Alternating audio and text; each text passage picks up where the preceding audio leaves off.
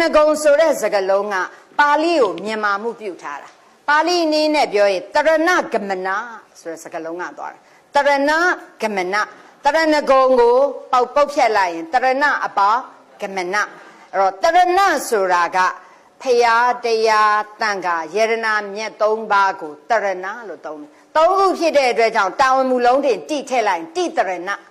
အဲကြောင့်ကျမတို့အဟံဗန္ဒေတိတရဏေနတဟတိဆိုတာ၃တရဏေနဆိုတာတရဏ၃ခုနဲ့တိတရဏေနတဟဆိုတာတကွပေစသီလ၅ပါးသီလအဲ့တော့ပြောချင်တာတရဏလို့ပြောရင်အာထာကိုးကွယ်ရာနော်အာထာကိုးကွယ်ရာဖရာတရားတန်ခါကိုတရဏလို့သုံးတယ်တရဏသည်ဘယ်နှပါးရှိလဲ၃ပါးအဲ့ဒါကိုတိတရဏဟုတ်ပြီနော်ဂုံဆိုတာဂါငယ်တေးတေးတင်တစ်ချောင်းငယ်ဂုံဆိုတဲ့စကားလုံးကဘယ်ကနေသွားတာလဲဂမနကသွားတာဂမနဆိုတာဘာလဲစီကကိုးကွယ်ခြင်းတနည်းအားဖြင့်ပြောရင်စီကကိုးကွယ်ရာလို့သိတော်စိတ်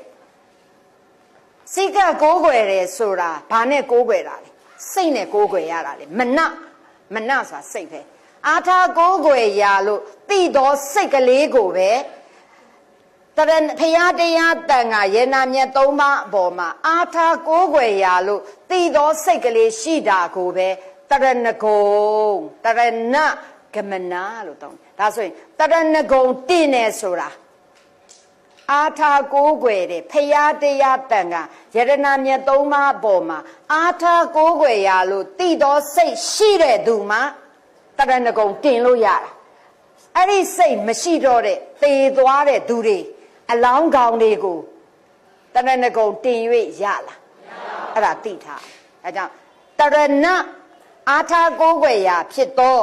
ဖရာတရားတန်ခါယရနာမြတ်၃ပါးကိုတရဏလို့သုံးတယ်အဲ့ဒီတရဏဆိုတဲ့ယရနာမြတ်၃ပါးပေါ်မှာအာထာကိုးကွယ်ရာအနေနဲ့ရောက်နေတဲ့စိတ်သိနေတော့စိတ်ရှိသူကိုတော့တရဏဂမနတနည်းအားဖြင့်တရဏဂုံလို့ခေါ်တယ်သဘောပေါက်ပြီနော်ဒါဆိုရင်တရဏဂုံဒါကြောင့်တရဏဂုံဆိုတဲ့စကားလုံးကဖရာတရားတန်ခါယရနာမြတ်၃ပါးကို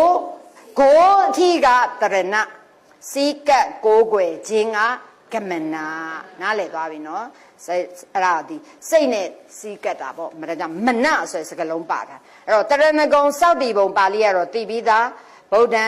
ဓမ္မံသံဃံတရဏံကိစ္ဆာမိဆိုပြီးတော့လေးနဲ့တဲ့အနေနဲ့ဒုတိယံပြီးတတိယံပြီး၃ချိန်စီတို့ဆိုတာအဲ့တော့၃ချိန်ဆိုတဲ့အဓိပ္ပာယ်ကဘာလဲလို့ပြောရင်လေးနဲ့စေခြင်းလို့ကိုဒီလိုလေးနဲ့ဆိုနေတယ်လို့လေအများကိုပြန့်နှံ့ပြီးတော့သိစေခြင်းလို့ဒါကြောင့်ဆရာတော်ဘုရားကြီးကတရဏဂုံတော်ပူဇော်တဲ့အခါကျရင်ဗုဒ္ဓံတရဏံကိစ္ဆာမိဓမ္မံတရဏံကိစ္ဆာမိသံဃံတရဏံကိစ္ဆာမိကိုလေးနဲ့ပူဇော်မယ်အဲ့ဒီမှာဒုတိယံပြီးတတိယံပြီးတွေကဆိုတာတွေမပါတော့ဒုတိယံပြီးတတိယံပြီးရဲ့အဓိပ္ပာယ်ကဘာအနေနဲ့သွားမှလဲ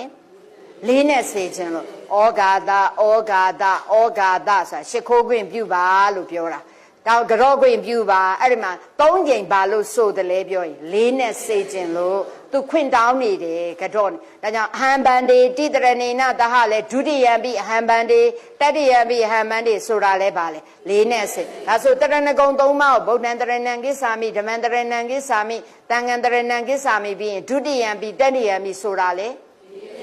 အဲ့ဒါလဲသိ